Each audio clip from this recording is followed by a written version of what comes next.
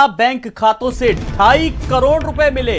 DCP Somen Verma की जांच में 5 संपत्तियां भी पकड़ी गईं। राजस्व परिषद पूर्व निजी सचिव विवेकानंद डोबरियाल का मामला। डोबरियाल ने परिवार और करीबियों के नाम पर जमीनें खरीदी हैं। डोबरियाल ने लखनऊ में कानून गो लेखपाल का एक गिरोह बनाया था और कानून गो जितेंद्र सिंह, पुनीत शुक्ला ने भी अकूत संपत्ति कमाई। तो लखनऊ की तहसीलों में करोड़ों की जमीनें लूटता था ये कॉकस।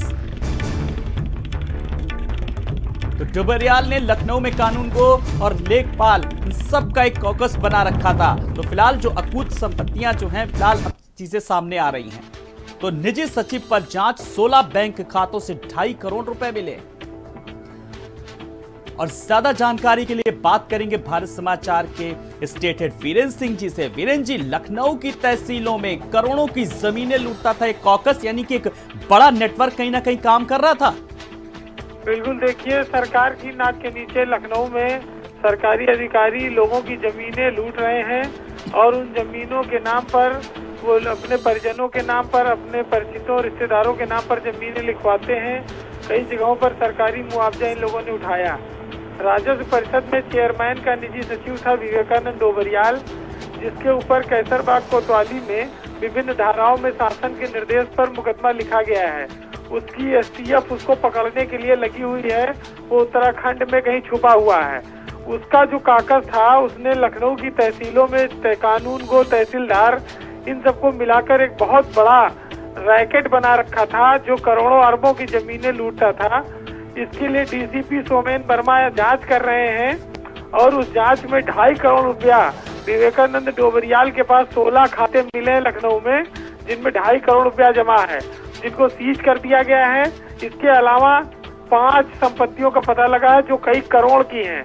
इसी के साथ साथ जो डोबरियाल के साथ इस रैकेट में बहुत सारे अधिकारी शामिल रहे हैं, जिन पर भी जांच होनी चाहिए, जिनकी भी शिकंजा कसना चाहिए। यहाँ पर कई सारे बदनाम कानून को लखनऊ में तैनात हैं, जिनमें जितेंद्र सिंह और पुनीत शुक्ला, ये सब भ्रष्टाचार में आकंठ डूबे हैं। इन लोगों ने सरकारी जमीनों का मुआवजा अपने रिश्तेदारों के नाम पर, अपने ड्राइवर और नौकरों के नाम पर उठा लिया है और बहुत सरकार को लंबी चोट पहुंचाई है।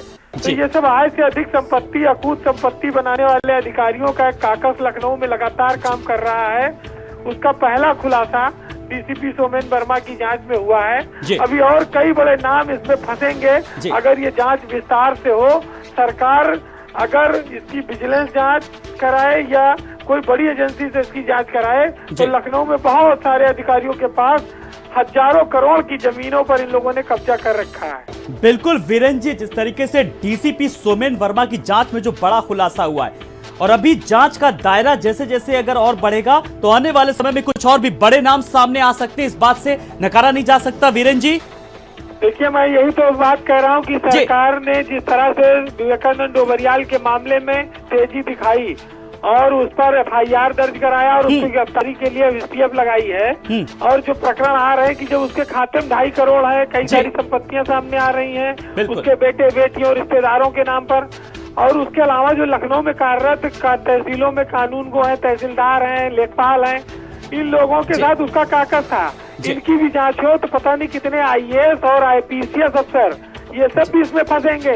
लखनऊ के कलेक्टर भी कई फंसेंगे इसमें। ये सैकड़ों करोड़ की जमीनों को हर साल ये लोग हेर फेर करते हैं और जनता की फरियाद नहीं सुनते। जनता भागती है इधर उधर, उनकी जमीनें लूट जाती हैं।